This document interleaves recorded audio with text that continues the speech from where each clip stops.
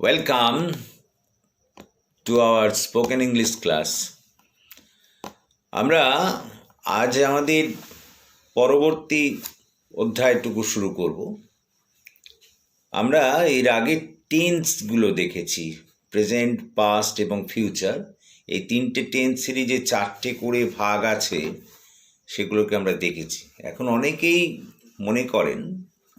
মনে করেন কেন, এটা খুব সত্যি কথা, যে টেন্সগুলোকে যদি খুব ভালো করে প্র্যাকটিস করা যায় তাহলে কিন্তু স্পোকেন ইংলিশের অনেকটাই কভার হয়ে যায়। কিন্তু এছাড়াও তো আরও অনেক জিনিস আছে, যেমন ভয়েস চেঞ্জ।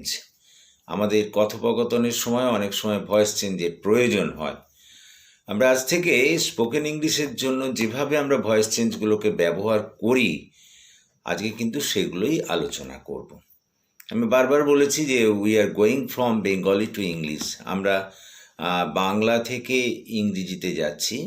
সুতরাং বাংলা বাক্যে যখন আমরা বাংলা বাক্য বলবো, তার মধ্যে যেসব ভয়েস চেঞ্জের বিষয়গুলো থাকে, যেখানে ভয়েস চেঞ্জ করা থাকে, সেগুলো কিভাবে আমরা ইংরেজিতে ট্রান্সফার করব, আজকে সেটুকুই দেখব।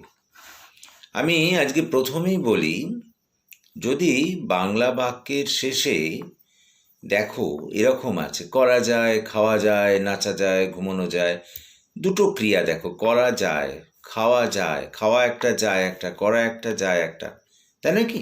যদি বাংলা বাক্যের শেষে এরকম করা যায়, খাওয়া যায়, নাচা যায়, ঘুমানো যায়, শোয়া যায়, মারা যায়, এই টাইপের কোনো জিনিস যুক্ত থাকে, তাহলেই তখন তোমরা ধরে নেবে যে সেখানে ভয়েস চেঞ্জ করা আছে।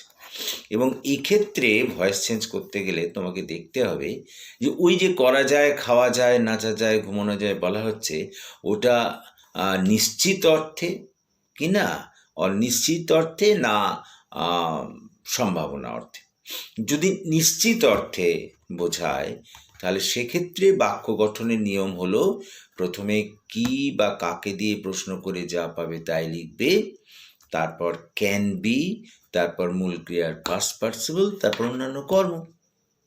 আমি আবার বলি, যদি বাংলা বাক্যের শেষে দেখো এরকম আছে, করা যায়, খাওয়া যায়, নাচা যায়, ঘুমানো যায়, শোয়া যায়, নাচা যায়, গাওয়া যায় ইত্যাদি, এগুলো সব নিশ্চিত অর্থে বোঝাতে হবে। যদি থাকে এগুলো, তাহলে সেক্ষেত্রে প্রথমেই আমরা বাক্য গঠন করতে গেলে কি বা কাকে দিয়ে প্রশ্ন করে যা পাবো তাই লিখব, তারপরে can be, mind you, can be, তারপর মূল ক্রিয়ার পাস্ট পার্টিসিপল, ওই যে করা যায়, করাটা মূল ক্রিয়া, খাওয়া যায়, খাওয়াটা মূল ক্রিয়া, নাচা যায়, নাচাটা মূল ক্রিয়া, মূল ক্রিয়ার পাস্ট পার্টিসিপল। তাহলে প্রথমে কি বা কাকে দিয়ে প্রশ্ন করে যা পেলাম তাই লিখলাম, তারপর ক্যান বি, তারপর মূল ক্রিয়ার পাস্ট পার্টিসিপল, তারপর অন্যান্য কর্ম। যেমন মনে করো, আজ আমি যদি বলি আজ সকালে এই কাজটা করা যায়, তাহলে সেক্ষেত্রে হবে কি করা যায়, কি দিয়ে প্রশ্ন করতে বলেছি, তাহলে কি করা যায়, এই কাজটি, দিস ওয়ার্ক। তারপর বলেছি ক্যান বি বসাতে, ক্যান বি। তারপরে করা ইংরেজি ডু, তার পাস্ট পার্টিসিপল ডান, তাহলে this work can be done in the morning today. আমি আবার বলি, যদি বাংলা বাক্যের শেষে করা যায়, খাওয়া যায়, নাচা যায়, ঘুমানো যায় ইত্যাদির মতো শব্দগুলো নিশ্চিত অর্থে বোঝায়, তাহলে সেক্ষেত্রে বাক্য গঠন করতে গেলে প্রথমে কি বা কাকে দিয়ে প্রশ্ন করে যা পাবে লিখবে, তারপর ক্যান বি, তারপর মূল ক্রিয়ার পাস্ট পার্টিসিপল, তারপর অন্যান্য কর্ম। যেমন মনে করো, আমি যদি আবার এরকম বলি, আজ সকালে এই বইটা পড়া যায়, তাহলে দেখো বাক্যের শেষে দুটো ক্রিয়া আছে, পড়া একটা, যায় একটা, আর এটা নিশ্চিত অর্থে বোঝাচ্ছে। তাহলে কি পড়া যায়, এই বইটি, তাহলে দিস বুক ক্যান বি। এবার রিড মানে পড়া, তার past participle red, can be red in the morning today. আমি আবার বলি, যদি বাংলা বাক্যের শেষে করা যায়, খাওয়া যায়, নাচা যায়, ঘুমানো যায় ইত্যাদি শব্দগুলো নিশ্চিত অর্থে বোঝায়, তাহলে সেক্ষেত্রে বাক্য গঠন করতে গেলে প্রথমে কি বা কাকে দিয়ে প্রশ্ন করে যা পাবে তাই লিখবে, তারপর ক্যান বি, তারপর মূল ক্রিয়ার পাস্ট পার্টিসিপল, তারপর অন্যান্য কর্ম। এটাই যদি সম্ভাবনা অর্থে থাকে, তাহলে কিন্তু কেবল পরিবর্তন হবে ক্যান বির জায়গায় মে বি। সেক্ষেত্রেও কিন্তু একই রকমভাবে আমরা বলি যে চেনার নিয়মটা হচ্ছে এরকম, করা যায়, খাওয়া যায়, নাচা যায়, ঘুমানো যায় বাক্যের শেষে থাকবে এবং সেটা সম্ভাবনা অর্থে। তাহলে সেক্ষেত্রে হবে কি বা কাকে দিয়ে প্রশ্ন করে যা পেলে তাই লিখলে, তারপর মেবি, তারপর মূল ক্রিয়ার পাস্ট পার্টিসিপল, তারপর অন্যান্য কর্ম। তাহলে দেখো আজকে আমরা প্রথমে দেখলাম যে যদি বাংলা বাক্যের শেষে করা যায়, খাওয়া যায়, নাচা যায়, ঘুমানো যায়, এগুলো নিশ্চিত অর্থে বোঝায়, আন্ডারলাইন করতে হবে, নিশ্চিত অর্থে বোঝায়, তাহলে তখন সেক্ষেত্রে কি বা কাকে দিয়ে যা পেলে তাই লিখলে, তারপর ক্যান বি, তারপর মূল ক্রিয়ার পাস্ট পার্টিসিপল, তারপর অন্যান্য কর্ম। আর এটাই যদি মানে ওই করা যায়, খাওয়া যায়, নাচা যায়, এটাই যদি সম্ভাবনা অর্থে বোঝায়, তাহলে সেখানে ক্যান বির পরিবর্তে মে বি, অর্থাৎ ওই একই ধরনের গঠন। প্রথমে কি বা কাকে দিয়ে প্রশ্ন করে যা পাবে তাই লিখবে, তারপর মে বি, তারপর মূল ক্রিয়ার পাস্ট পার্টিসিপল, তারপরে অন্যান্য কর্ম। যেমন মনে করো এরকম আমি বললাম হয়তো আগামীকাল সকালে এই কাজটা করা যায়। দেখো এখানে কিন্তু হয়তো যখনই বলছে তার একটা সম্ভাবনা থেকে যাচ্ছে, তাহলে সেক্ষেত্রে আমরা বলবো যে perhaps this work may be done, তখন আর ক্যান বি নয়। সম্ভাবনা অর্থে যদি করা যায়, খাওয়া যায়, তাহলে ক্যান বির পরিবর্তে সেখানে may be, this work may be done in the morning tomorrow. তাহলে আজকে আমরা প্রথমে দেখলাম করা যায়, খাওয়া যায়, নাচা যায়, ঘুমানো যায় ইত্যাদির মতো যদি বাক্যগুলো শব্দগুলো বাক্যের শেষে থাকে, তাহলে নিশ্চিত অর্থে যদি এগুলো বোঝায়, তাহলে প্রথমে কি বা কাকে দিয়ে প্রশ্ন করে যা পাবো তাই লিখবো, তারপর ক্যান বি, তারপর মূল ক্রিয়ার পাস্ট পার্টিসিপল, তারপর অন্যান্য কর্ম। তারপর বললাম এটাই যদি করা যায়, খাওয়া যায়, নাচা যায়, ঘুমানো যায়, এটার সম্ভাবনা অর্থে থাকে, তাহলে প্রথমে কি দিয়ে যা পাবো তাই লিখবো, তারপর মে বি, তারপর মূল ক্রিয়ার পাস্ট পার্টিসিপল, তারপর অন্যান্য কর্ম। এই তো গেল করা যায়, খাওয়া যায় থাকলে তার বাক্য, সেই সেই সেই বাক্যগুলোকে বাংলা থেকে কিভাবে ইংলিশতে নিয়ে যাব। এরপর যদি আমরা দেখি বাক্যের শেষে উচিত আছে, উচিত অথচ কোনো কর্তার উল্লেখ নেই। যেমন মনে করো শুধুই বলা হলো এই কাজটা করা উচিত, আজ রাত্রে ভাত খাওয়া উচিত, লক্ষ্য করো কোনো কর্তার উল্লেখ নেই, তাহলে সেক্ষেত্রে জেনে নিতে হবে সুরের ভয়েস চেঞ্জ করা আছে, সেখানে সুরের ভয়েস চেঞ্জ করা আছে। যেমন আমি একটু বলে নিই, আমার এই কাজটা করা উচিত, আই শুড ডু ইট, কিন্তু ওই আমার কথাটা নেই, এই কাজটা করা উচিত, তাহলে তখনই বুঝবে সেখানে ভয়েস চেঞ্জ করা আছে। আমি আবার বলি, যদি বাংলা বাক্যের শেষে উচিত থাকে এবং ওই রকম কোনো কর্তার উল্লেখ না থাকে, তাহলে সেক্ষেত্রে আমাদের বুঝতে হবে সুরের ভয়েস চেঞ্জ করা আছে। এবং সেক্ষেত্রে ওই একই নিয়ম, প্রথমে কি বা কাকে দিয়ে প্রশ্ন করে যা পাবো তাই লিখবো, তারপর শুড বি বসাবো, তারপর মূল ক্রিয়ার পাস্ট পার্টিসিপল, তারপর অন্যান্য কর্ম। যেমন মনে করো আমি বললাম এই কাজটি করা উচিত, তাহলে কি করা উচিত, এই কাজটি, দিস ওয়ার্ক, তারপর শুড বি, তারপর মূল ক্রিয়া হচ্ছে করা, তার পাস্ট পার্টিসিপল ডান, তাহলে this work should be done. আমি আবার বলি, বাংলা বাক্যের শেষে যদি দেখো উচিত কথাটা আছে কিন্তু কোনো কর্তার উল্লেখ নেই, তাহলে বুঝে নেবে যে সেখানে শুডের ভয়েস চেঞ্জ করা আছে। সেক্ষেত্রেও প্রথম নিয়ম হলো ওই কি বা কাকে দিয়ে যা পাবে তাই লিখবে, তারপর শুড বি, তারপর মূল ক্রিয়ার পাস্ট পার্টিসিপল, তারপর অন্যান্য কর্ম। যেমন আমি বললাম আজ রাতে ভাত খাওয়া উচিত, লক্ষ্য কর কার খাওয়া উচিত কিচ্ছু বলা নেই, তাহলে সুতরাং আমরা ওখানে কি করব, প্রথমেই বুঝে নিতে হবে সুরের ভয়েস চেঞ্জ আছে। কি খাওয়া উচিত, ভাত, তাহলে রাইস, তারপরে বলেছি শুড বি, তারপর ইটেন অ্যাট নাইট টুডে। তাহলে আমি আবার বলি, বাংলা বাক্যের শেষে যদি দেখো উচিত কথাটা আছে কিন্তু কোনো কর্তার উল্লেখ নেই, কার উচিত এসব কথা বলা নেই, তখনই বুঝতে হবে সুরের ভয়েস চেঞ্জ করা আছে।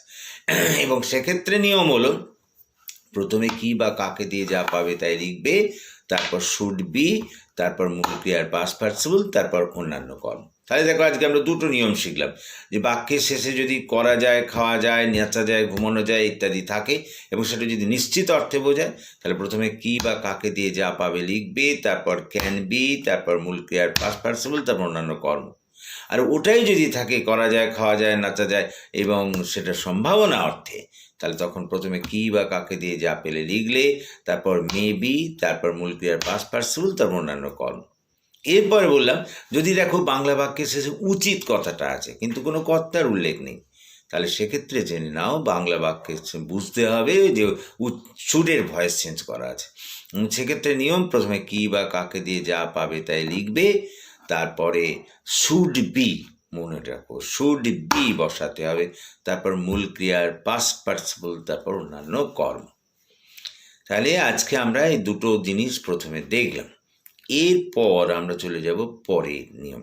এবার যদি ধরো এরকম থাকে যে উচিত ছিল, লাস্টে সে উচিত ছিল কথাটা আছে, কিন্তু কার উচিত ছিল এটা উল্লেখ নেই, সেখানেও বুঝতে হবে যে শুড হ্যাভের ভয়েস চেঞ্জ আছে, সেখানে শুড হ্যাভের ভয়েস চেঞ্জ করা আছে। আমি আবার বলি, বাংলা বাক্যের শেষে উচিত ছিল কথাটা আছে, কিন্তু কার উচিত ছিল এটা উল্লেখ নেই, তখনই তোমরা বুঝে নেবে যে শুড হ্যাভের ভয়েস চেঞ্জ আছে। এবং সেক্ষেত্রে কি করবে, প্রথমে কি বা কাকে দিয়ে প্রশ্ন করে যা পাবে তাই লিখবে, তারপর should have been, mind you, not should have been, তারপর মূল ক্রিয়ার পাস্ট পার্টিসিপল, তারপর অন্যান্য কর্ম।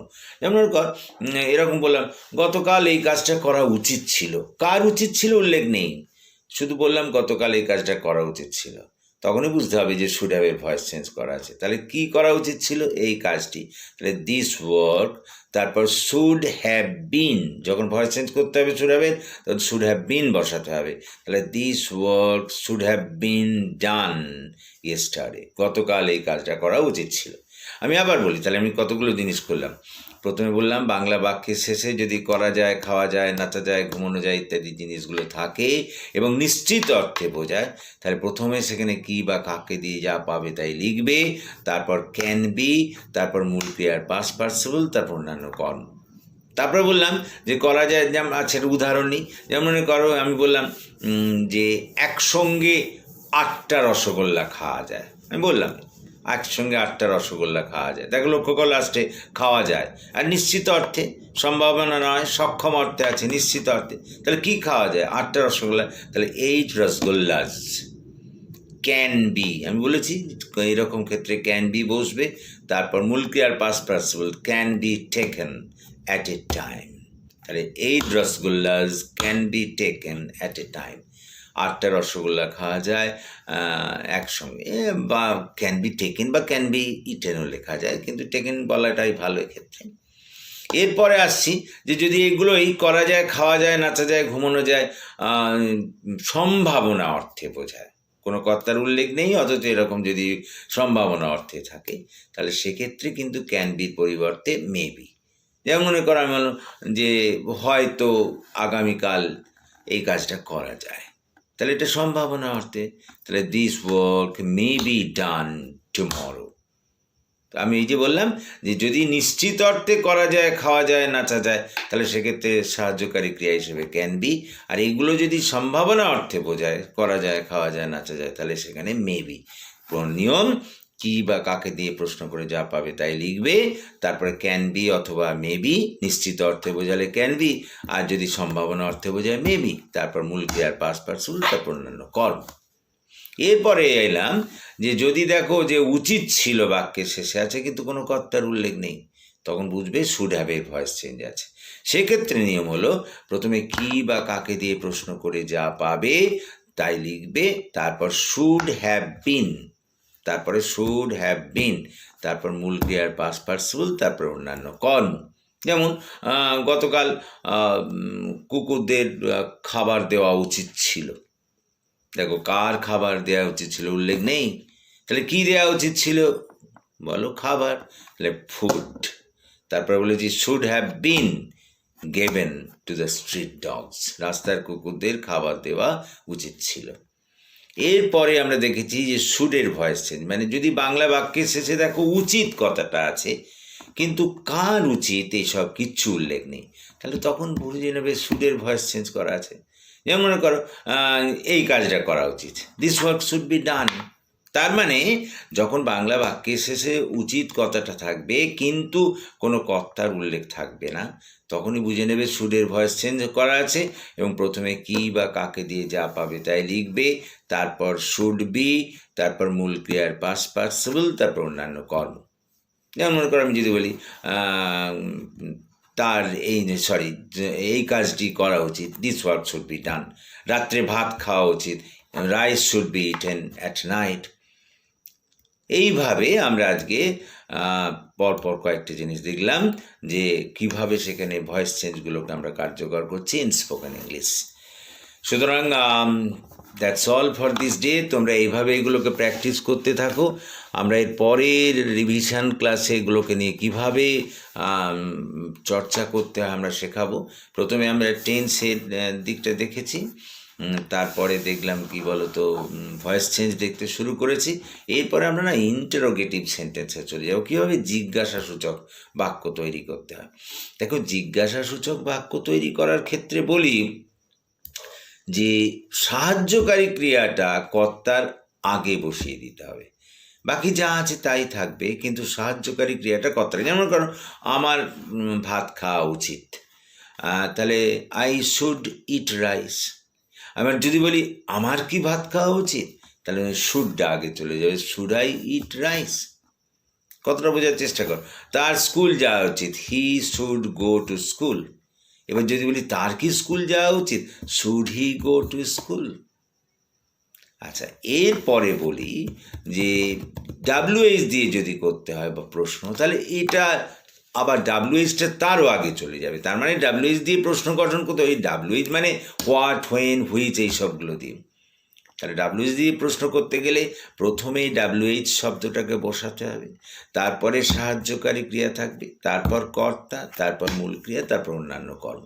যেমন মনে করো আমি বললাম সে রাত্রে কি খায়, সে রাত্রে যদি এরকম বলি আর কি, সে রাত্রে কি খায়, তাহলে দেখো এক্ষেত্রে কি যে হোয়াট, তাহলে what does he it at night. মানে আমি বলতে চাইছি যেসব ক্ষেত্রে ডাব্লিউএইচ দিয়ে প্রশ্ন করতে হবে সেক্ষেত্রে নিয়ম প্রথমে ডাব্লিউএইচ, তারপর সাহায্যকারী, তারপর কর্তা, তারপরে মূল ক্রিয়া, তারপর অন্যান্য কর্ম। যেমন মনে করো আমি এরম বললাম সে কি রাত্রে ঘুমোচ্ছিল, সে রাত্রে ঘুমোচ্ছিল হবে হি ওয়াজ স্লিপিং অ্যাট নাইট। সে রাত্রে ঘুমোচ্ছিল, হি ওয়াজ স্লিপিং অ্যাট নাইট। তাহলে এটাকে যদি প্রশ্নবোধক করতে হয় তাহলে ওয়াজটা আগে চলে যাবে, ওয়াজ হি স্লিপিং অ্যাট নাইট। আমি ভাত খাচ্ছি, আই অ্যাম ইটিং রাইস। এবার যদি বলি আমি কি ভাত খাচ্ছি, তাহলে অ্যাম আই ইটিং রাইস। এবার যদি বলি আমি কি খাচ্ছি, তাহলে হোয়াট অ্যাম আই ইটিং। তার মানে যখনই ডাব্লিউএইচ দিয়ে তোমাদের মানে প্রশ্ন করতে বলা হবে তখনই প্রথমে ডাব্লিউএইচ হবে, তারপর সাহায্যকারী ক্রিয়া, তারপর কর্তা, তারপর মূল ক্রিয়া যা রূপ আছে ওখানে সেটা, তারপর অন্যান্য কর্ম। সেটা আমরা নেক্সট দিন ক্লাসে শিখব প্রশ্ন করাতে। এবং এখান থেকেই জেনে রাখতে পারো যে আমাদের স্পোকেন ইংলিশের কার্যকরী ধাপ শুরু হবে। কারণ স্পোকেন ইংলিশের কথাই হচ্ছে কেউ তোমায় প্রশ্ন করবে, তোমাকে উত্তর দিতে হবে, বা তুমি প্রশ্ন করবে, তার উত্তর তারা দেবে। কথোপকথন, কনভারসেশন, এই কনভারসেশন করতে গেলেই কিন্তু এটা মাথায় রাখতে হবে। সেটা নেক্সট দিন থেকে করব।